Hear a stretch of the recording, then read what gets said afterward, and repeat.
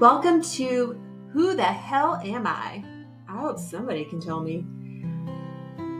This is a refreshingly authentic and unfiltered podcast, at least I think so, where we really delve into the essence of living authentically and rediscovering the simplicity of nourishment and holistic living. My name is Heather. I am a certified holistic health coach, and I love getting to the root of problems, illnesses, mindsets, you name it. I just love getting to the root of all of it because I believe that the answer lies at the root. If we can follow the problem to the root, we will find the answer there as well. Instead of looking out in all these places around us, looking to the media, to celebrities, to icons, to doctors, to gurus, for seeking our answers out there, we're missing the message. We're missing the point. The answer lies within our core, at the root. I invite you to join me on a journey of unraveling, if you will, the complexities of modern health and wellness and mindset, where we liberate ourselves from the clutter of trendy diets, perplexing wellness regimes, and mostly all the societal pressures that dictate our lifestyles. I dare you to challenge the shoulds and the have-tos that have long defined conventional notions of health and identity. You guys, we are back for another episode of the series, The Whole Leader, and I have a super special, amazing guest with me today that I'm really excited. I've been so excited to have this conversation. We met not long ago. I'm with Irma Joyner. She is the owner of Joyner's School of Music, and she's a classically trained soprano singer. Let me tell you a little bit, my first introduction to Joyner, or to Irma, before I actually met her face to face. So we were in a business class together. We hadn't met, we hadn't interacted, and we were at an event that was a part of this class. And part of what we were doing at this event was we were broken into groups. There was, I don't know, 100 plus of us, I think, that day. And so there's no way you had met everyone there. And we were broken into groups and we were pitching our business to different rooms. I was in a room where we were giving pitches, and all of a sudden I hear opera coming from the room next door. And I was like, I want to be in that room. That sounds like a lot of fun. And I had no idea who it was or what was going on. Well, it just so happens that after we were all done giving our pitches and we had lunch and we did a big group picture, and Irma happened to be right next to me, and we introduced ourselves, and she told me what she did. And I was like, wait, were you singing before? Were you singing opera? So welcome, Irma, to the show. Thank you. Thank you so much for being here. I just had to share that story because that was such an authentic way to meet you. And I feel like the universe, I heard that singing happening, and the universe was like, y'all got to meet, y'all got to connect. So welcome, and go ahead and tell our listeners a little bit about you. What do you do? What is your passion as a vocalist, as a teacher, all of that? Well, thank you so much for having me here today, Heather. And I agree. The universe is definitely in alignment, especially meeting you. I just felt a great energy when I met you. It was almost like I already knew you. You know how they say we're already energetically connected. So, But so I am a classically trained opera singer. I've been singing all of my life. I started training when I was in college, but I did have some earlier study. I'm a graduate of Douglas Anderson School of the Arts in Jacksonville, Florida. I went there all 4 years, and I was so grateful to have been accepted in that program because I knew from birth that I was meant to be a singer. And I knew that in Jacksonville at that time, that was the school to be attending if you really want much more formal training. And so I came from a background of really understanding more so how to sing R&B, soul, pop music, and had no idea that I had the anatomy of an opera singer. Had no idea it was there. And one day I was in vocal tech class. I was a sophomore at Douglas Anderson at this point, and I'd had about a year of learning how to sing in a chorus, etc. And I still didn't really understand sight reading just yet, completely new to it. But my ear was always sharp, and my memory has always been sharp. And so I picked up the song pretty quickly. And next thing I knew, the choral director at that point, at that time, left out of his rehearsal and came into the room where we were, and he was like, "Oh my gosh, is that a recording? Who is that?" And they're like, "That's Irma. That's Irma singing." And he's like, "How? What?" she's 13, 14 years old. She sounds like she's in her 30s. How's that? And it just was an eye opener. And to me at that time, as you could imagine, as a young teenager, I'm thinking, well, what's going on? What is the deal? And I'm so grateful though that those moments occurred, because it was like that spark of awareness, like, hey girl, you actually have a lot more in there than what you think. And so I went through training, went to college for it. I studied at Edward Waters University for a couple of years under Dr. Samuel Devon Shingles. And after there, I went to Stetson University and continued studying under Dr. Ng and Dr. Lloyd Lenny. And I continued growing and learning how to write and compose music and performing in operas there. And it was such a nice experience. And, I did have some challenges. I lost my mother at the tender age of 21.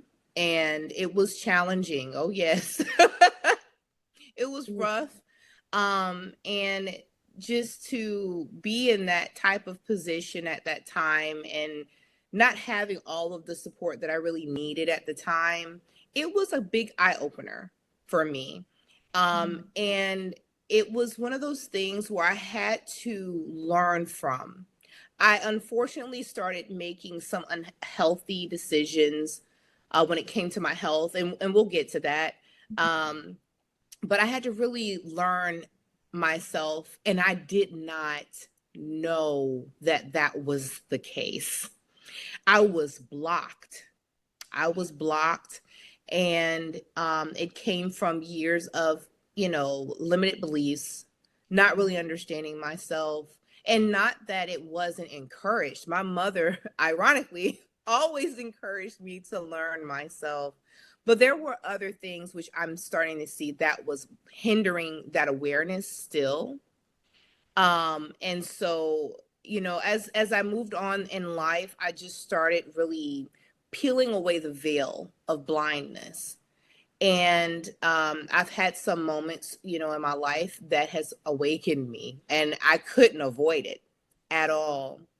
Oh, did you want me to get into any of that at this point, or? Yep. Oh. Okay. So let's talk about the health aspect. So growing up, I did not have the healthiest eating habits. It was not something that was taught at home. And, having a mom who's a single parent and being on a budget, you get what you can get and you don't pitch a fit, right? And so, I grew up with that. And, for me, what was unhealthy was animal products. And I'm not in any way, let me make sure I put out there, I'm not in any way trying to shame anyone who does eat animal products. I am very open-minded, and I understand that everybody has special dietary needs, and clearly I'm affected in that, right? And so I realized that, I had an attachment issue going on. And it worsened when I lost my mother. Me and my mother were like this. You saw her, you saw me, you couldn't bat an eye and not see us both. And so, I later on learned that animal products were not the best choice for me. So what I was noticing as I was growing up was that I was developing some of the similar body features, I'll put it this way, that my mother would develop. Like I would have the big arms, you would see me growing and expanding in places that everybody else wasn't, right? And that made it very difficult, emotionally challenging. Many women and men can, relate where, if you're attempting to try on a pair of jeans that you feel like you should be able to wear, but you can't wear them because they don't fit, right? Yeah. And that did something to me as a child, and it put thoughts in my head that, oh, well, I just can't have it. I'm big boned, and I'm not supposed to, those words. I'm not supposed to have those things. It's not for me, And clearly that is not true, but during that time we did not know that. And so as the years went on, after my mother passed, I started noticing myself getting into unhealthy habits with food, eating when I'm stressed, using it as a tool to help me deal with challenges instead of looking at the situation and dealing with the moment. I should also throw this in there.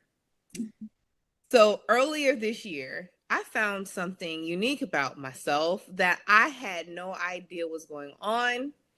And some people whom I've shared this with, they're like, I don't think I would have thought that, but then some things that have occurred that make sense now.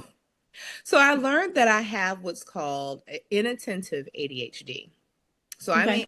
I am an opera singer who has to sing in about 6 different languages, memorize their music, and I have inattentive ADHD. Can you imagine what that is like? What led you even to, how did you get diagnosed with that, first of all? I'll tell you. So I went down this rabbit hole of challenges in my family dealing with toxicity that I did not realize was there. And I had to get that toxicity out of my life completely. And when I did that, it's almost like the universe said, oh, okay, you're listening. Good. Now I want you to start doing much more inner work. Mm-hmm. So before I listened, I was having panic attacks. And I didn't realize that I was having panic attacks. And the way that my panic attacks showed up, they affected my heart rate. Mm. So I was literally in a state of fight or flight. And I had been in a state of fight or flight, I now realize, most of my younger life. And I did not realize it. I thought it was normal to be in so much stress, so much tension, and all of that. And it's not. It's completely unhealthy. Hence the overeating, the choice of bad foods, not really taking time to really care about myself. But thank God music was always there, because it was that one thing that kept me. But when I was in the hospital, I had a huge change. So when I got there, I'll just start with this, okay? This was after I did an audition for an opera company, okay? The very next morning, I had a panic attack, and my heart was jumping. When I tell you it was jumping, I mean, I had no idea that something like that would ever happen to me, especially not at a young age. And I was just in that moment, like, okay, I don't know what to do, but I got to get to the hospital, you know. How old were you at that time? 35. This happened earlier this year. Okay. Okay. Earlier this year. And it was extremely rough. So I have to say, this was not the first time I'd ever had one, okay? But I didn't know what it was. No one had been able to really figure out what it was yet. Mm-hmm. So I've been placed on medication to kind of keep me under control with anxiety, etc. But no one could see a heart condition issue, which is good, knock on wood. So, but this particular time when I went in, they hospitalized me for 3 days and they checked everything and they said, ma'am, there is nothing wrong with your heart. All of your organs are healthy. You're completely healthy. Thank God, right?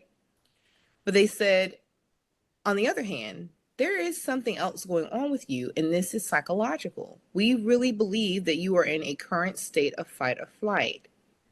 You are having panic attacks. And I thought to myself, wait, what? I'm having what? Who's panicking? State of denial, still didn't understand. And it taught me, that experience right there taught me so much, because for those 3 days that I laid in that hospital bed, I did not need to take one blood pressure pill. I did not need to take one anxiety pill, period. Why? Because I was forced to sit down, relax, and live in the moment for 3 days. And I was astonished because I thought, well, for sure my blood pressure would go up because I'm not taking my medication. No, that was not the case. It was stress the entire time. That's why this was happening to me. And so during this period, he said, you know, I really feel like what would help you is if you go see a therapist. I really highly recommend this for you because you have some things going on that you need to work on, and we can't provide those types of services for you, you know. So I went ahead and started the therapy immediately because I was like, I don't want that happening to me again, you know. And when I had my first meeting with her, after our first discussion, she could clearly see something about me that I couldn't see. And she said, I want to do some testing. I want to do some more testing with you. And she said, I would like to test you for ADHD to see if that's what's happening with you. So she said she wanted to test me. And I was like, okay, well, let's do it. You know, I have nothing to lose, and I'm willing to figure out whatever it is that's going on with me so I can heal and have a better life for myself and my family. And so we went down that you know, experience, and for sure, she says, you have inattentive ADHD. And she said, there are some things that you need to know about this I don't want to call it a disorder, but you know, this type of lifestyle. Mm-hmm. And one for certain is that people who have ADHD do have lower dopamine. And how that affects you is very important for you to know. And I was like, well, what do you mean? What is this? And she said, I know you have an eating disorder, you know, where you've dealt with for many years. And, you know, she said, I strongly believe that there is a correlation between the two. She said, you have an eating addiction because you're missing something. Your body is looking for something. Your mind is looking for something. And you have all of these things going on with yourself, and you haven't taken time to take out the trash. So true, though. So true.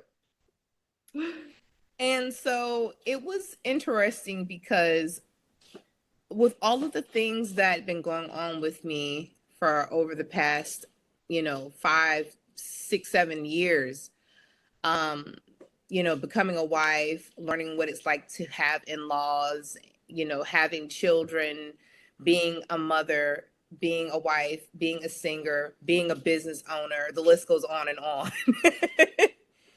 I was carrying all of everything that I had dealt with from my childhood, the challenges, the traumas, all of that, into my life currently, and it was not working.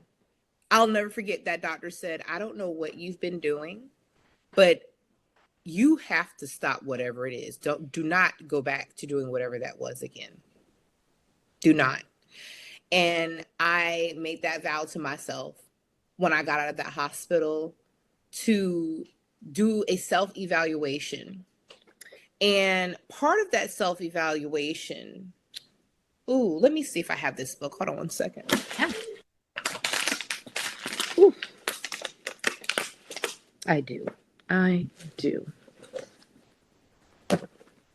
Okay. So part of this self-evaluation came with a gift from a friend of mine, my best friend. After I spoke to her about what was going on in me, she brought up this book for the second time. Now, she mentioned it to me before, but I did not give time for it. But I knew at this point in my life, I was like, okay, I cannot pass this by. Yes.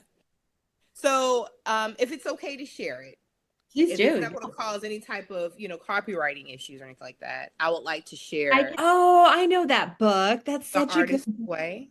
Yeah. Yes, by Julia Cameron. Yeah.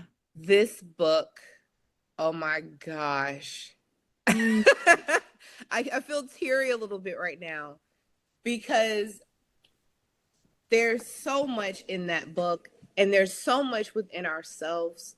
And that's just a journal. That's not actually the book. The other book is another part of my house, but there's so much to that book that has helped me thus far. And because of my busy schedule, because I got this book a couple of months back and it's a 12-week program, but I've been taking it at a pace of, look, do it and don't stop. Even if you have to take a pause for a second, just don't stop. Yeah. And I've been relating that skill tactic with everything in my life, even with my eating habits and my exercising habits. And I noticed that as long as I don't stop, I keep progressing. As long as I don't stop, I keep progressing. And that's been helping me. It's been helping me lose weight. It's been helping me stay the course of eating healthy. And it's been helping me heal. So all of these things connected together, journaling, writing, really understanding and identifying who I am inside, it is saving me. And oh my goodness, understanding who I am as a woman, as a spirit, that feminine energy. I hear people talk about this and I did not really understand why I was hearing it. Can you see a pattern here? It's like the light bulbs are coming up, but there are moments where I'm not really, catching it until I'm like, doom, like, okay, I need to stop walking into so many brick walls. I feel like you're not alone in that. Right. So, what I've been doing is I've been listening to a lot of YouTubers, whom, they're very experienced in this field as well. So I can learn, and I've also learned that I need to get out more and around people whom are a part of or are already in the lifestyle that I want to be in, that I am attracted to, that is my inner frequency. And I am getting in touch with that. And I'm learning that is so important because any frequency below that, it just pulls me down and it's not for me. I can already see that. I had a student last night I was having this discussion with where, I said, I see why things have gone the way that they are going. I see why it was meant for me as an artist to go the path that I have gone. It was not meant for me to be a pop star or an R&B singer or, you know, the next big thing out on TV immediately. I am of a higher caliber and I'm okay with that. No offense to anyone else. I probably should be careful how I say that. I don't think you have to apologize for saying that, because some people are going to really resonate with that because they too see that within themselves. Yeah. When you can resonate with that, because it's because you've done your own level of work, right? And Right. so you are able to see that in yourself and accept it, acknowledge it, and own it. And it's not bragging rights. It's just this is it. This is how it is. And I can recognize this because I've done this work. And the other people that have done Right. work, they can too. Like Well, I will. Look, I'm standing on it.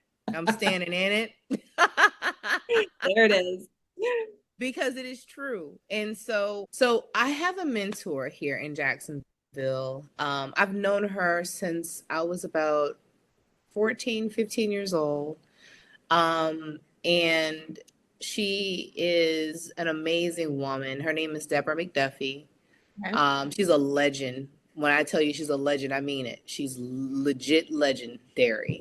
And she's a treasure to our community and to the world. And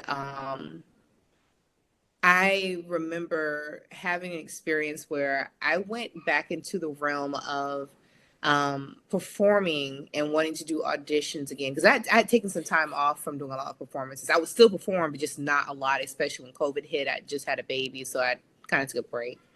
Mhm. But I remember doing this event with her. And it was really like one of those things where it's like you go sing and you get advice, or, you know, maybe you'll get to work with her, etc., musically.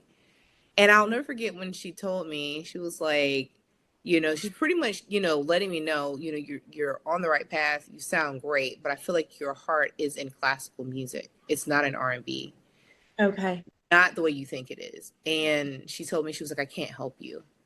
And in that moment, I was like, what do you mean you can't help me? But of course, I had to, you know, I was performing, so I couldn't be honest. Like, I couldn't show my real true self at that moment. But I wasn't angry. I was just confused. You know, like, I was just like, what do you mean you can't help me? You know, Yeah. and what do you mean you can't work with me or whatnot? And I later realized that it wasn't like she was saying, I don't want to help you or I can't help you. It's just she was not that one. Mhm. She wasn't the one. Mhm. And I knew inside myself that I was looking for a mentor, someone in the music realm, you know, the business, or at least have had that experience to help guide me with my music career and making sure that I'm doing what I'm supposed to do. And what I've learned is that so many people go into the field of music and wanting to be their authentic selves as a musician, but they don't really understand what that means. They think like the old school days, oh, I'm going to sing for this person. They're going to think I'm great. They're going to get me contracted, and this is how it's going to go. And it's like, no, that's not how that works. Unless you want to be, you know, hustled or robbed, because nothing good ever comes from that long term. And in reality, what I have received from the universe is Mhm. that it's not that none of these people would want to help me, but it's not for them to help me. It's for me to help me. I'm Yeah. the one with the gift. I'm the one who's in charge. And I need to stand up and own that and be that diva Yeah. and not have to chase fame. I don't have to chase fame. And I know that within myself that I am important. I'm that diva and I own that. And I'm okay with that. Mhm. Um, and not to look at the word diva in a negative connotation. but look at it Mhm. as, height, queenliness, Yes. Yeah. everything, and it's in alignment for whom it's supposed to be for. Everybody can't be a diva. Everybody can't. And I Mhm. see that now. I didn't see it years ago, but I see it now. So I look at myself now, instead of saying I'm a diva. No, Mhm. I'm a diva. Yeah. I'm a diva. I am. I know I am. And that's why I am the way I am. I've always been a bit reserved. Some people have seen it as me being shy. I'm not shy. I've even accidentally called myself shy. I'm not shy. I am an observer. I watch, I pay attention, and which is ironic to the diagnosis of inattentive. I remember when they gave me that diagnosis, I'm like, I'm not inattentive. I'm paying attention. I pay more attention than what you think I pay attention to. But she acknowledged that, she being my therapist. She said, I honestly don't think that the label is accurate for you. She was like, it's not that you're not paying attention. She said, you just get bored of things that don't interest you very quickly. And I said, yep, you're right. I think she's right. Like I it's agree. more like you don't have time for anything that is not authentic or that is not real or deep or so that's actually it's almost like you are at a level that is maybe higher or different than some people that you're going to come in contact with. And And let me tell you, yes. you don't have the space for that. I don't think that's not a disorder. That's actually a level of consciousness that more people need to achieve. Yes. I think they need to achieve, and I think a lot of people need to tap into it because they have it. They just don't You have it. realize it. Um, and so, or they're asleep, as some people say. They're sleeping on themselves. And Yeah, so let's get into this nutrition thing. do So, it. because that right there connects a lot to do with Mhm. this. So I have been learning a lot, as I mentioned, from a lot of different YouTubers. And there are a few or some that I've been watching over the past several years, just learning, listening, observing, seeing what they're doing, and why am I being attracted to these people? And ooh, okay, these things actually do align with me. I didn't realize that. Mhm. And so um, I started looking at there's this one gentleman named Yada. He has a channel as well. And then there's also Yaki Awaken. These are a couple of gentlemen whom I've watched, learned from over the years, and they have a very interesting concept and way of looking at things food wise. And so basically what I've been learning from them is how to better take care of myself. Um, Especially when it comes to food. My body does not do well with processed foods, period. Mhm. It doesn't. My body is the frequency that I am on. Yeah. My cells in my body say that's not for you. And so I had to come to an understanding, especially earlier this year, that I could not any longer take or intake toxins. Um, and I still have a lot of growth to do. I have made Mhm. a lot of progress, and I celebrate that. Because I mean, when you look at the difference from what I looked like earlier this year and what I look like now, had no idea that you could have that much of a change in 6 months. You know, um, but what I've noticed is that by implementing more raw vegetables and fresh fruit into my eating habits throughout the day and not eating all day long. Oh my gosh, I grew up on that 3 meals a day, two snacks in between, and keep it moving, keep it pushing. And not realizing that I was not giving my body and my mind time to really relax Mhm. and unfold and allowing itself to develop without stress. So not only was my mind stressed, but my Mhm. body was stressed and my internal organs were stressed. Mhm. Like everything was stressed. It was fighting against my genetic make. My Mhm. genetic makeup did not require it. It does not require all of that. Right. So what I decided to do, because I noticed something about my voice, right? We were coming out of COVID and I just had a baby and my voice was sounding riggedy shiggity. I love it. It was sounding like, oh girl, wait a minute. That's not what you sound like when you walked out of school with that degree, honey. What's going on? And what I realized was emotionally, I was holding on to toxins that was affecting my throat chakra and it was Oof. affecting my stomach. Yeah. It was affecting all of me. Yeah. But because this is the funny part, because I lean on this so much, it was so obvious. It was like the key. My gift was the key to saving my life. Right. So when I noticed that my voice was off, I was like, okay, I can't. I can't live like this. I got to figure out what's going on with me because when you mess with my voice, now it's time to fight. Right? But the awareness that you have to be able to connect the dots and see, and begin to recognize what was affecting this instrument that you use always on a daily basis, and to have the awareness to be like, well, it's because a lot of times I think we look for something that is directly related to whatever our issue is. And it's like, no, you have to think and have broader awareness that Yeah. there are energetic thing components to what we are physically feeling.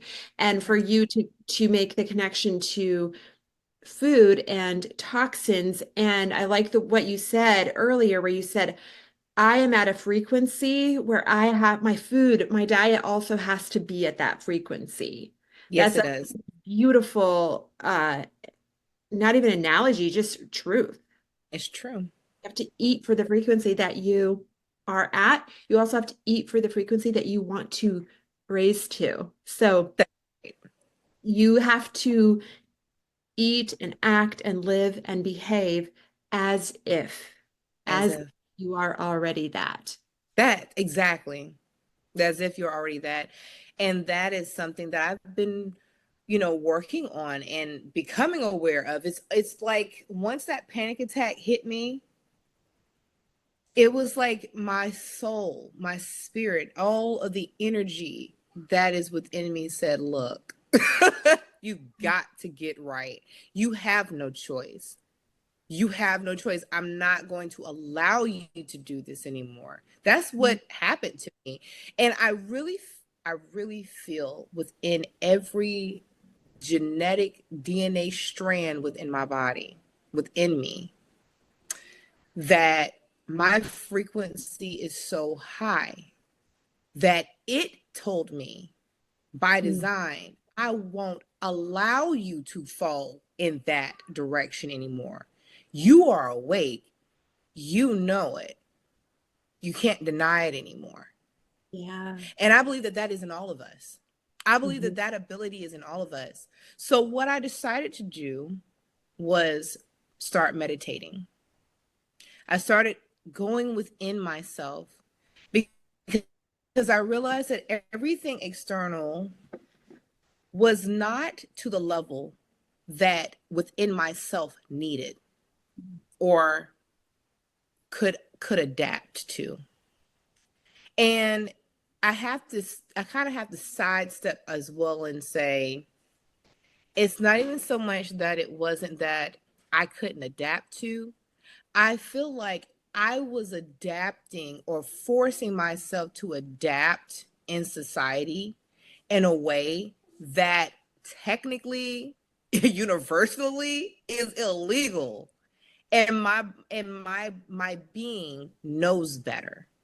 And Yeah. so my higher self said, look, you cannot any longer deny yourself less than what you deserve. Mm. Vocally, energetically, spiritually, and in all of the ways that you are and you exist. You must give your all to yourself. No one else externally can give that to you. It is within you. Your thought patterns, that's within you, your subconscious. There is a gentleman by the name of, have you ever heard of Bob Proctor? Oh God, yeah, I love him. Man, look, I want to adopt him myself as a great uncle at this point. Yeah. I remember when I first read his book, bear with me one second. Let me get the title of it. One of my cousins referred me to him.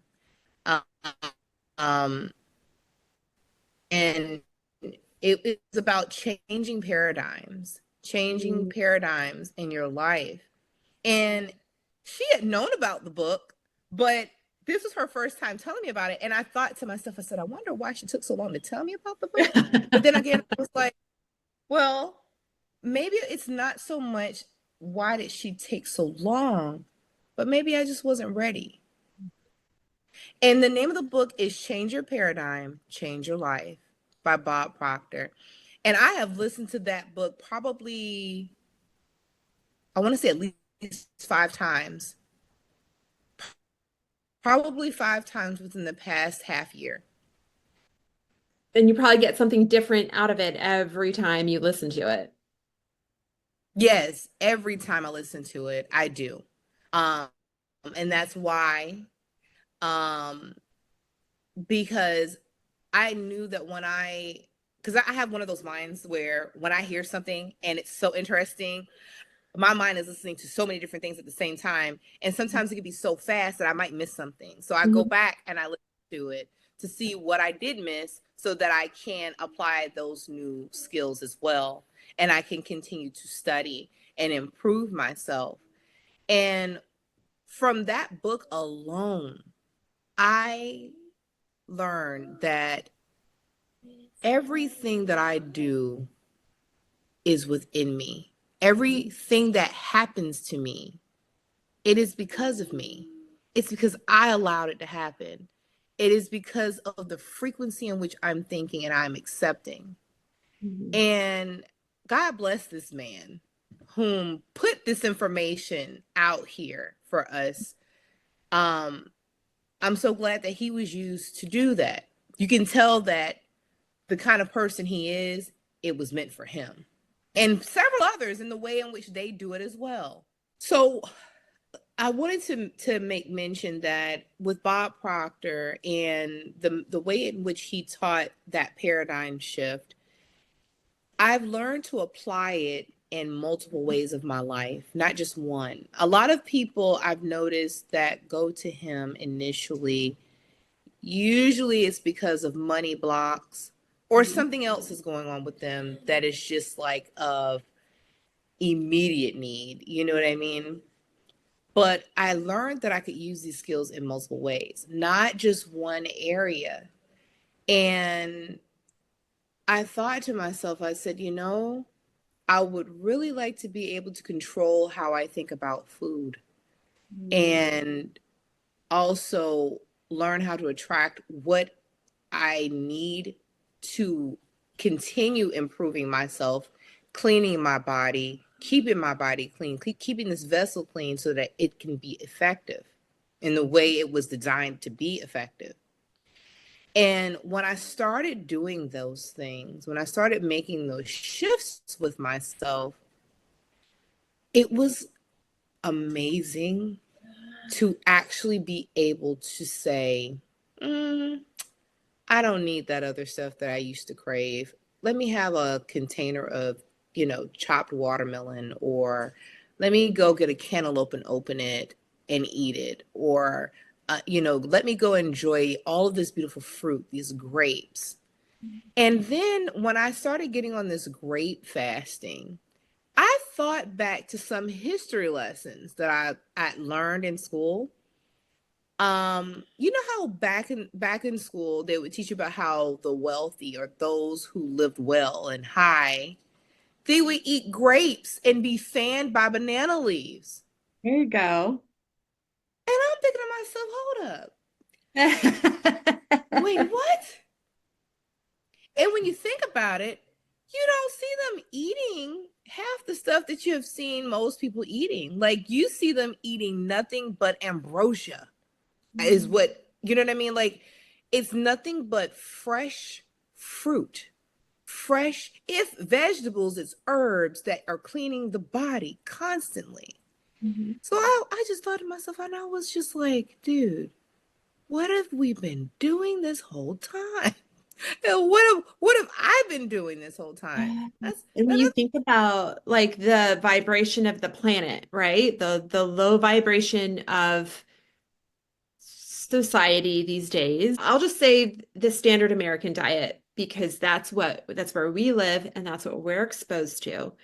Um, when you look at the food that makes up the standard American diet, you can't ignore then the frequency of society in general. yeah. You can't pretend that it doesn't correlate.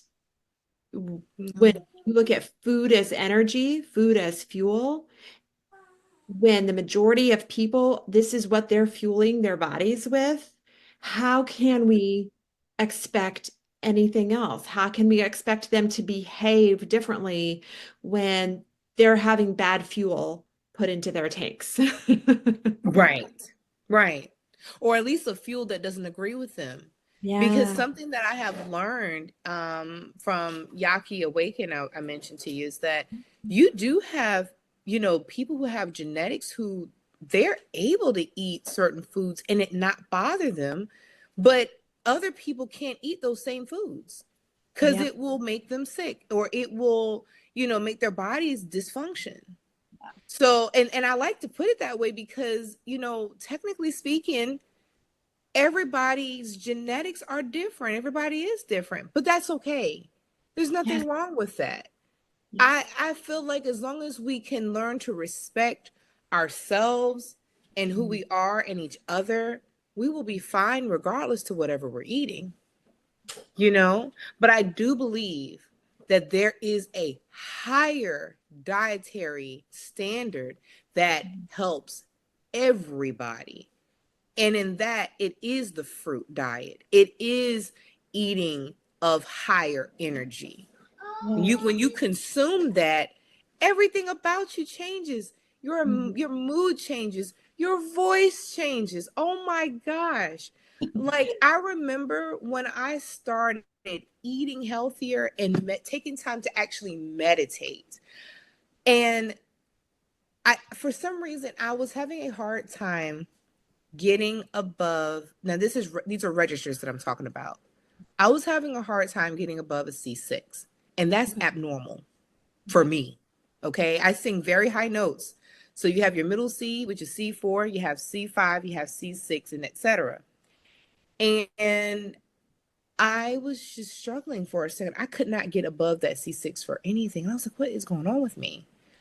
But when I got on that fruit regimen and I started meditating and taking time for myself and being able to live in the moment and stop being frustrated with life and just living and allowing my body to do what it's supposed to do naturally, those higher notes came to me with no problem. I mean, with so much ease. And this is why when I'm in a lesson with my students, I now encourage my students to eat healthy as possible. And I say healthy as possible because I'm not I'm not at war to heal the world, to fight against it. That is not what I'm doing. I love all of my students and I accept them for who they are. And I believe that just like it took me time to adjust and improve my life, and I'm still working on myself, it takes them the same. And that is okay. And as long as you learn to be okay with that, I believe strongly that you will reach your highest potential. You're saying so many powerful truths that are going to resonate with, so many people. They're going to, because I think there's a lot of people that they maybe have a restlessness, they have an inkling that there's something more, that there's some way to feel more fulfilled and joyful and in touch with their creativity, in touch with their authenticity. And I think that everything that you're speaking to today is that. How in touch are you with your body? Let your body give you messages. Let your body Yes. tell you what feels right for it. And then listen to that, act on that, and realize that that is a form of empowerment. That And is. as you do that, how is that going to then transform all these other areas of your life? Every time I find something new about a paradigm that needs to shift, Mhm. another layer peels. And I Yeah. find something else unique about myself that I can work on. Isn't that so cool? Welcome to the world of inner work, Inner right? work, right? Oh my gosh, I love it. And I didn't realize how much I would love it, especially meditating. So it was when I started eating the higher energy foods that I was able to allow myself to do the things that I've always wanted to do, like Mhm. being able to wake up at 5 o'clock in the morning, Mhm. making myself have a bedtime ritual. I couldn't do that at first. Like I couldn't eat. I tried, and I don't know if it was a mixture of the ADHD, Mhm. but by changing my eating habits, I've noticed that I can control how my thoughts are, because your thoughts control how you feel and your heart. Mhm. All of those things matter. So when you consider what you can do, you have to be very careful about what you put in yourself. It wasn't until I started becoming aware of how animals are treated in slaughterhouses that Mhm. I paid attention for the first time that, oh my gosh, first of all, I love animals. So to Mhm. see that, it was Mhm. psychologically shaken. You know what Mhm. I mean? Like it shook me because I was like, oh my gosh, I'm putting and investing in that happening. Yeah. And I cried. I cried because I was like, oh my gosh, I had no idea that was something that I was doing, and it was painful partly in a selfish way because I was like, I grew up eating this stuff. So it's just like, well, I got to stop eating that now. What am I going to do? But But then my body was like, look, either you get rid of that stuff out of your body, you stop eating it, or your blood pressure is not going to go down, or your diabetes is not going to go away, or this is not going to happen. And that's when I was just like, okay, not only just because of the fact, because I had to do it for many reasons. It wasn't just one reason. Sure. I had to do it for the sake of not killing another life, because psychologically, I mean, if you think about it, the way that we are these days, I can't imagine going in my backyard, wringing a chicken's neck to prepare a meal. I can't do that. Yeah. That's not possible. The other part of me was thinking, if I keep eating like this, even without the meat, you have honey buns, for crying out loud, all these other processed foods. If I eat that, it's going to bother my adrenal glands. It's going to cause me to release hormones like cortisol that is toxic to me and could cause me to have issues with panic attacks. There's just so many different things going on there. Yeah. Is it really worth the taste of that food for me to do all of this? Is it worth me dealing with, you know, being sick? And oh my gosh, this was the biggest part for me too. What good am I having this gift if I can't even use it because I'm sick and laying in a hospital bed? It's powerful. So then came my grow up moment. I then took that and I related it to my maturity level and capability. I believe that this is for me.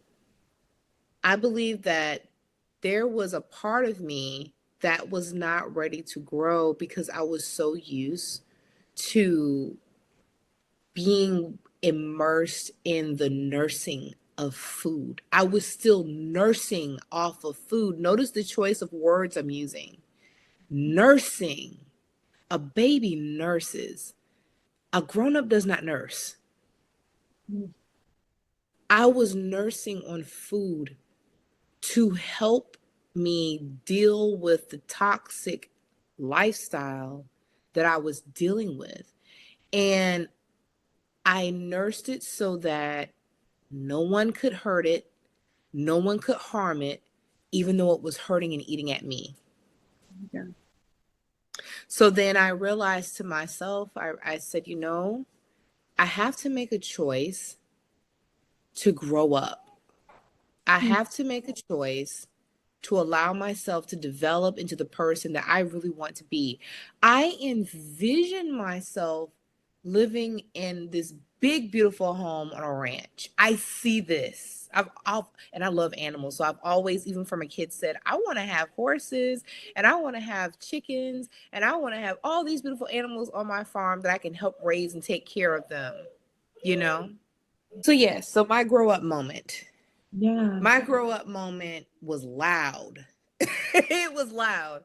I had to realize that I could no longer live off of my toxins. Yeah. I could no longer allow my toxins to live within me, and I have to let them go. And I also realized, because you know how, like, if you think of a person who's overweight, you see a certain part of their body that's bigger, and we match the idea of that being fat, like you have too much fat. Well, here's something I learned. It's not that your body gains more fat.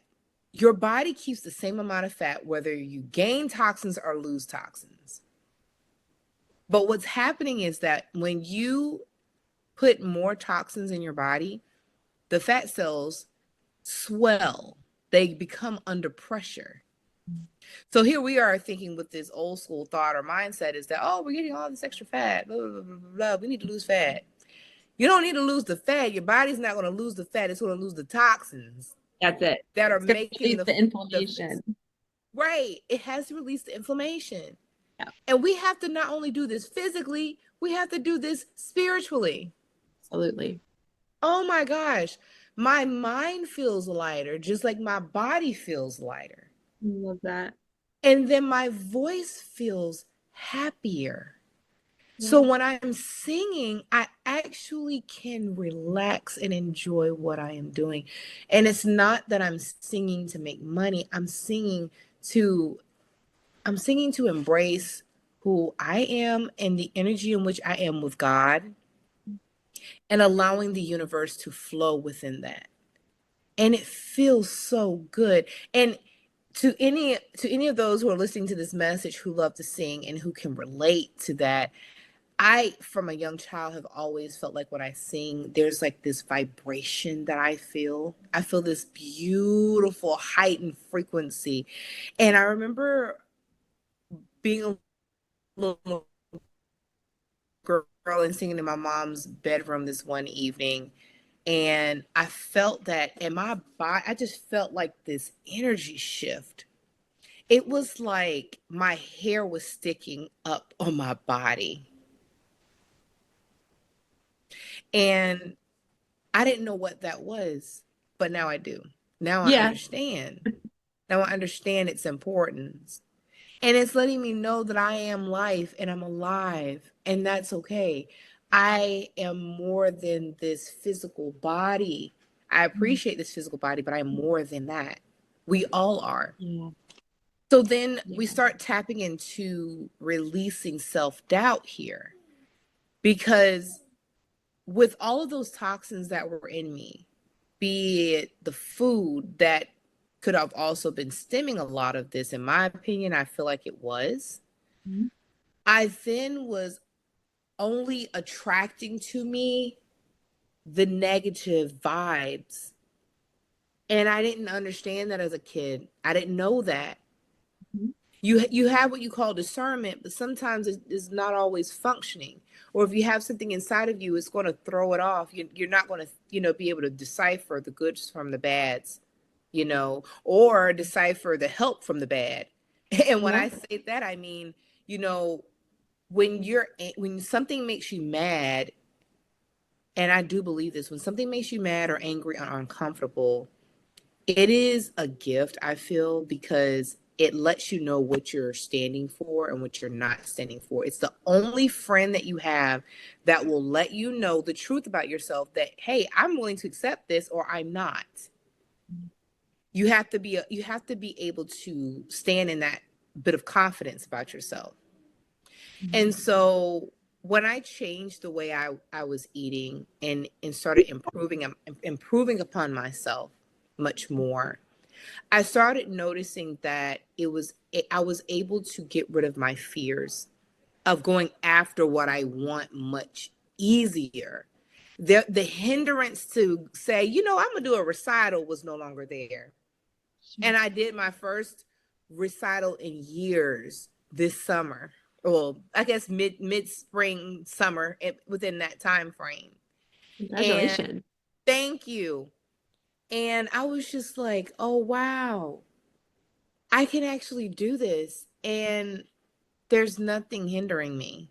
I don't have to say, ooh, well, should I do this song or should I do that song? Or, should I subjugate myself to what everybody else thinks? No, I don't. I don't have to do anything that I don't want to do.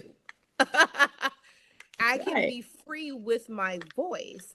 I can sing the songs I want to sing and be happy with that.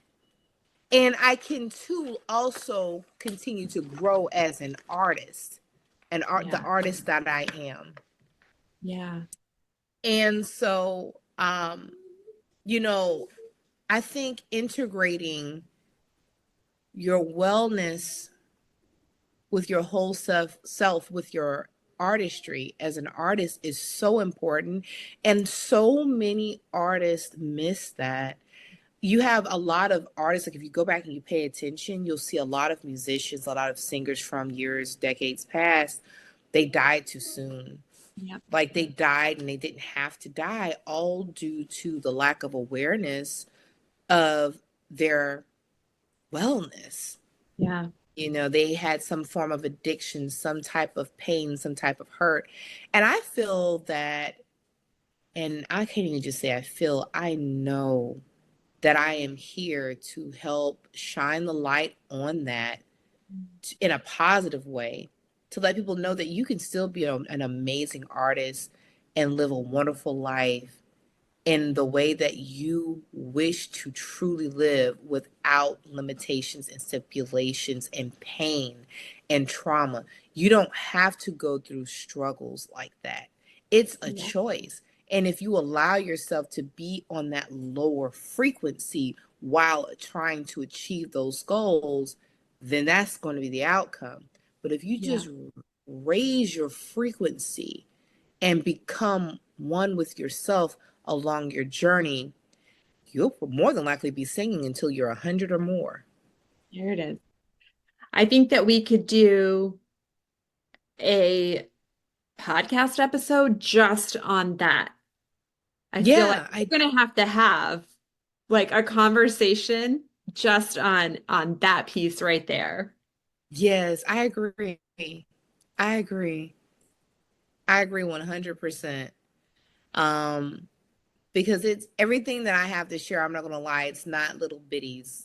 I have a lot to share.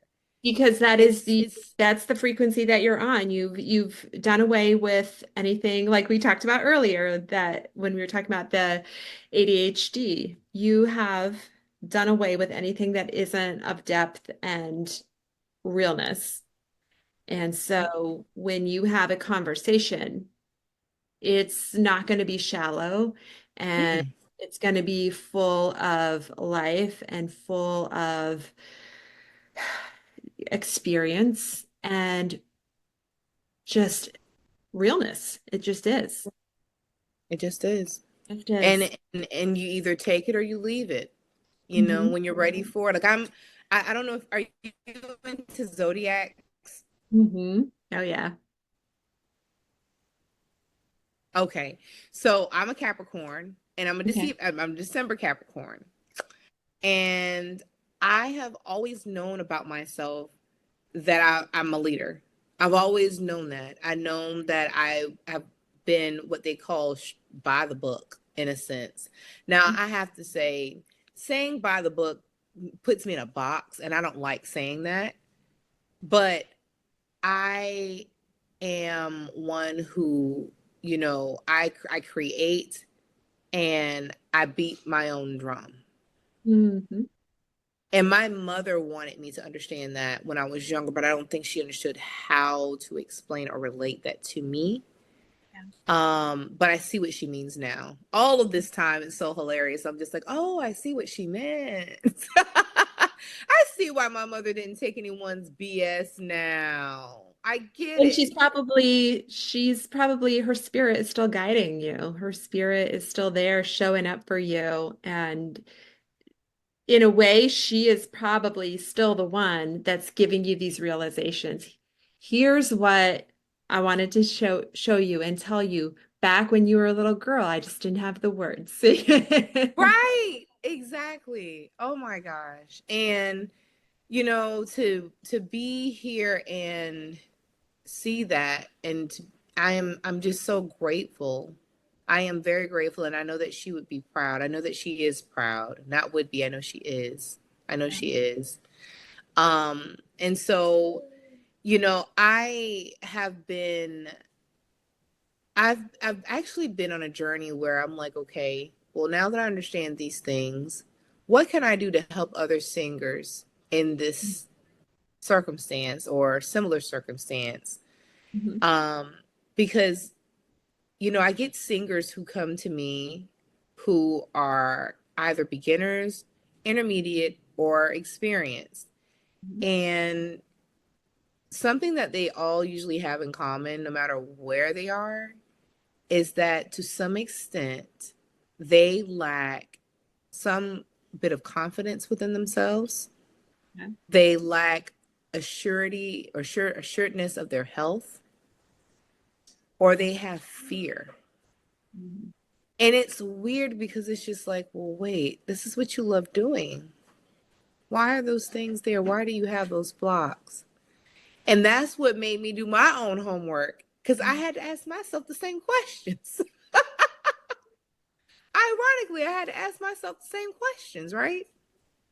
And so this is where we get into needing to understand the self more so than the external, because how do you operate the external if you're not in touch with the operator? Mhm. The operator has to know how to guide themselves so that they can guide everyone and everything else around them. And in the world of music, we're doing a lot. We're not only just coming up there on the stage several nights a week performing, we have to take care of ourselves. We have to eat right. We have to exercise. We have to get enough sleep. We have to take time for mental breaks. We have to learn our music. There's a whole educational curriculum behind learning how to sight read music and learning how to sing in different languages and diction and all of that. There's a lot to upkeep. And that's why I say that the realm in which I'm in is high level, you Yeah. know.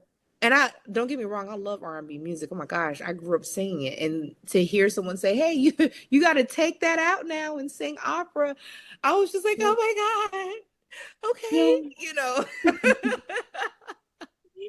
I have my moments though where I'll still do karaoke at home. I'll put on some Mariah Carey, some Whitney There you Houston, the Baker, and go. I'll go down. Okay, but um, I see now who I am and why I am the way I am. And so what I do now is I take those gifts and I teach my students how to awaken themselves. I teach them how to be aware Mhm. and discover and take it one step at a time. Yeah. I encourage meditation. I encourage journaling. It's almost like therapy, really. Oh, and that's funny because I also have a master's in psychology, right? And I thought to myself, I was like, why did I get this master's in psychology? I'm a music major. And I see why. It was because it was meant for me to be able to tap into those skills to be able to help musicians. Mm-hmm. So I put the puzzle together and it Yeah. works. So now my students are coming to me not only for singing lessons, but for therapy within that, in a sense where it's not like I'm giving them actual therapy, but I'm showing them positive ways to connect the dots as a performer so that then they can overcome their fears and challenges with singing. They can unlock their voice. You know, those self doubts that say, well, I can't sing high notes. Yes, you can. You just have to make some adjustments. You need to Mhm. learn more about yourself. This has been one heck of a conversation. There is a reason why we met that day, why I heard you singing opera. Internally, I was like, I want to meet her. I love when universe puts things just in the right order and the dots connect all on their own, and then we end up here having conversations like this thing. Thank you. I did this because I was like, I do not want to forget anything. And this season is so important because Yeah. I am doing a lot outside of this with my Hmm. music, and just being mom and being me authentically at the same time, and allowing myself to grow and not hinder myself, which is perfectly fine. And I accept that about myself. Um, but when I see, you know, how everything is unraveling, I'm like, oh my goodness, let me flow in this. It's going to be okay. And I have been receiving so many downloads about what is intended for me to do with my gifts and how I serve in that purpose. And here we are doing voicemas for the first time. Who'd have thought? And I'm such I love holidays, and for one being because my birthday is 3 days after Christmas, family comes around, and so it's just so uplifting. It really is. And so to be doing this right now, I'm just like, oh man, I'm ready for it. Let's go. I'm pumped. I love that. I'm excited when you told me about it. I think it was yesterday when we were talking, and it was kind of a new development for you recently this year. So talk about this new development of voice and describe what that is for our listeners and what that means. Of course. So I'm so excited for this journey. You know, being a singer and a voice teacher, it means a lot because it's one thing to be a performer and then come from that to teaching as well. And so is basically that gift that is giving me the opportunity to be more open and free, unlimited, you know, having fun and being open and allowing myself to teach and the jolliness of it all. And so I incorporated the idea of voicemas from wanting to have fun, being warm, being open to my audience much more than I had been before, and bringing on the excitement to encourage them and motivate them to improve upon themselves mentally, emotionally, spiritually, and vocally. Mm. Um, because so many people have limiting beliefs from so many different areas. And for example, I have a young student who just started lessons with me. And so she has a lot going on with school and getting ready to do her Christmas performance. And one of the things that I noticed about her, she's such a bubbly person. I love her so much. She's so sweet. But she does have limiting beliefs about herself being able to get up there and sing. And I was so surprised because of how bubbly she is, that was there. So Mhm. I said, I'm going to implement some fun activities for her to focus on with Christmas along learning her music, as opposed to it being just this regular, rigid type mindset study of voice. And here we go with Voice Miss. That's where that also came into play. So what we're doing is, or should I say what I am doing is I am creating a fun environment to teach basics of how to breathe, having airflow and good tone, developing those things, because they're so important for the singer. If you can't breathe, you can't talk, you can't sing, you can't live. Yeah. And so we are breathing in, in a time where sometimes most people are most stressed. Some people are depressed, or concerned or worried. And this is just, my way of saying, hey, I'm going to give moving forward. I'm going to give something where people can be motivated to come to learn to adapt to themselves through music, through singing, and opening up and having an outlet for themselves for 20 days. For 20 days with me. And of course, this will be something that, I will always be there. But Voicemas is just something to look forward to along with Christmas every year. And we're building that confidence in that musician, beginner or experienced. It doesn't matter what level you are.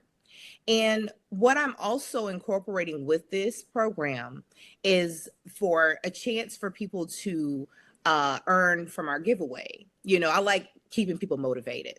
So what that means is, you come and you participate. And those whom I see that are engaging the most out of it, they're going to be getting freebies from me, whether it be a free 30-minute voice lesson, or whether it be, a music theory journal, or a journal for vocal study for themselves, where they can keep track of their improvement, which is so important.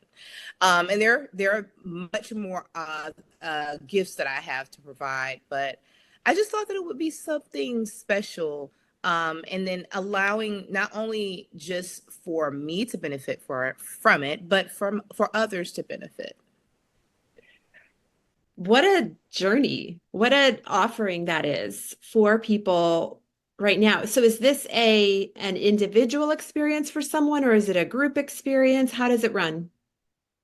I see. Yes. So one of the things that I do love about YouTube, that they have incorporated, is you have a community online. And I have to say that was actually one of the other bonuses that really pulled my attention to incorporating this program in this way, because I can interact with everybody on YouTube. So it is communal. Like, it's not just only one-on-one. Like, yes, of course, the giveaways, if I do a one-on-one lesson, it's just me and you. However, I'm on there posting every day. I'm posting videos every day. I'm posting tips and tricks, and I'm having discussions with everyone who I'm working with on here. I've even incorporated this one where I've mentioned to people, I said, hey, for the exercises that I'm teaching, don't just hold it in, Mhm. post about it, share it, post it on YouTube, and tag me in it. Tag Irma's Voice Launch Masterclass so I can see what you're doing and give you feedback. I can comment back to you, and you can speak with me and share the experience with other people, because you never know who might actually want it, or who it may benefit. And I know there are many people out there who would benefit from it. I just know it. So, when I went that route of community, I was like, ooh, YouTube, you're a perfect fit. There you go. I love it. So when does someone have to sign up for this to take advantage, or when, like, is it going to extend past Christmas, or do they have like a window of time? I see what you mean. So for Voicemas, it's really a matter of coming to my YouTube channel and subscribing. You do have to subscribe and, hit the notification bell, because that's when you know that the next video has been uploaded. So it's something that will automatically notify you, hey, the next video's up, the next, gift is out, the next tip is available for you to work on, the next activity. This is almost like Advent, right? It's so much fun. And so it's a vocal Advent, it's fun. And so, once they do that, to be able to be eligible, we do have, some qualifications here. So what we're doing is, I'm asking that you subscribe to my channel, for one, so that you get the notifications, so you're aware of what's going on. You like each of the videos for the Voice Miss series. You comment on the videos and share them. Share your favorite tips, your progress, or your holiday song that you're working on. And then I ask that you share the videos on social media, but tag me so I'm aware that you're sharing them. Let me know.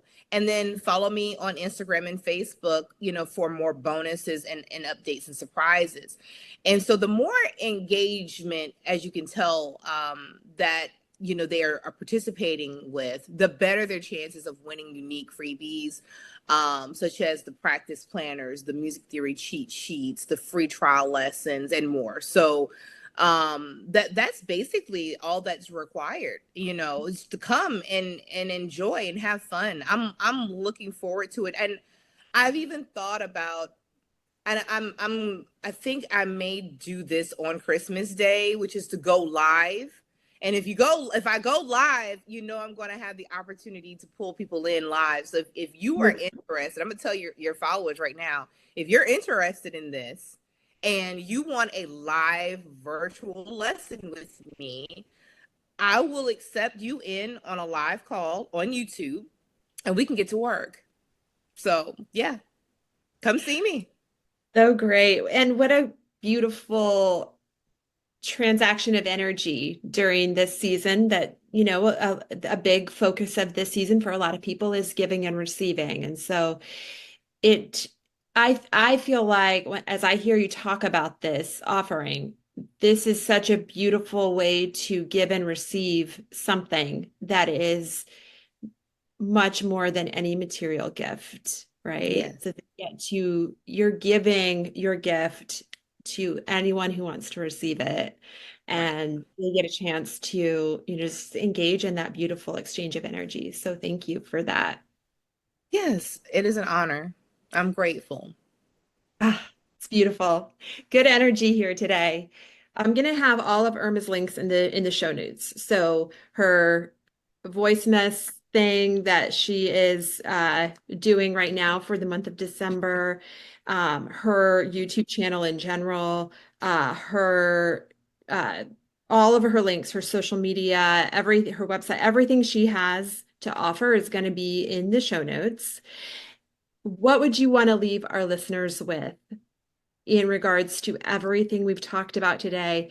How would you wrap it up and tie it with the bow? So what I would like to say is, get to know yourself, get to really know who you are.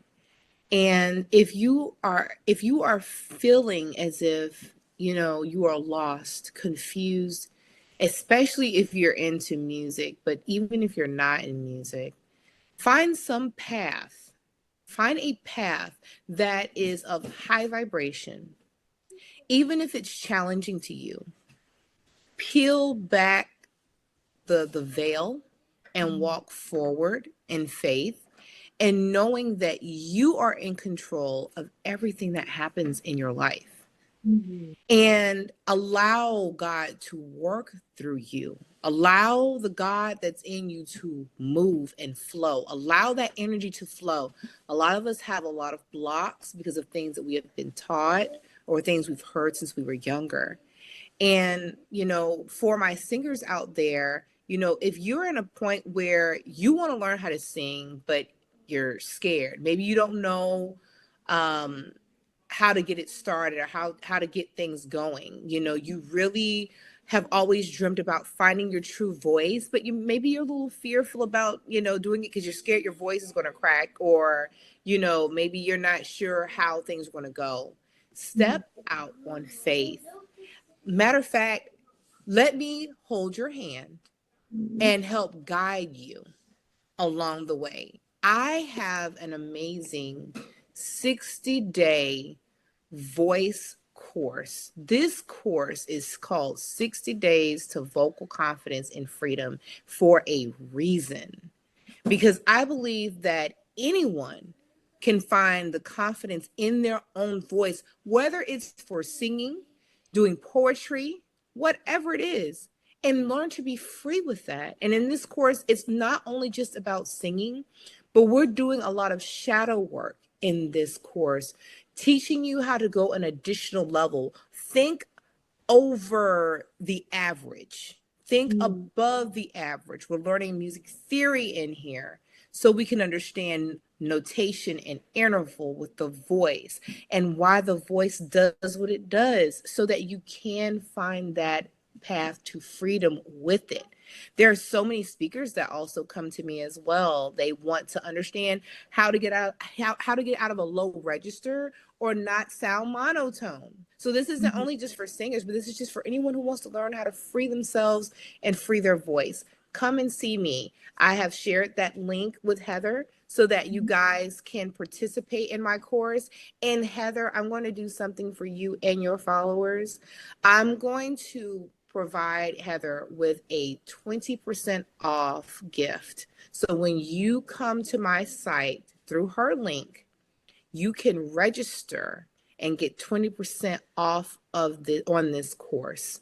And I will see you in there. We are launching this course on the 10th, and I will be relaunching it again soon. But I want to put it out there so that you guys know that it's available and we're getting ready to start. And I'm looking so forward to meeting all of you who will join. Is that the 10th of December? Yes, 10th of December. Okay. Yeah. So thank you for providing that discount code to give 20% off to anyone who's listening to this. You guys, you've heard her. If you've gotten this far in the episode, you've heard her. You have heard her talking. You have heard her story and her passion. And this is your chance to be a part of that. And there's a reason why you're listening today. There's a reason why we had this conversation today, and there's a reason why you as the listener has tuned in. So, Irma, thank you. Thank you for having me. Thank you so much. There's going to be a round 2 to this. This is just the beginning. We have so much more to talk about. You have so many more gems to share. You are a gift to the world and to Jacksonville and to your students and those who get to be a part of your life. So thank you for sharing your energy with us. Thank you very much. I'm honored. Until next time. Until next time.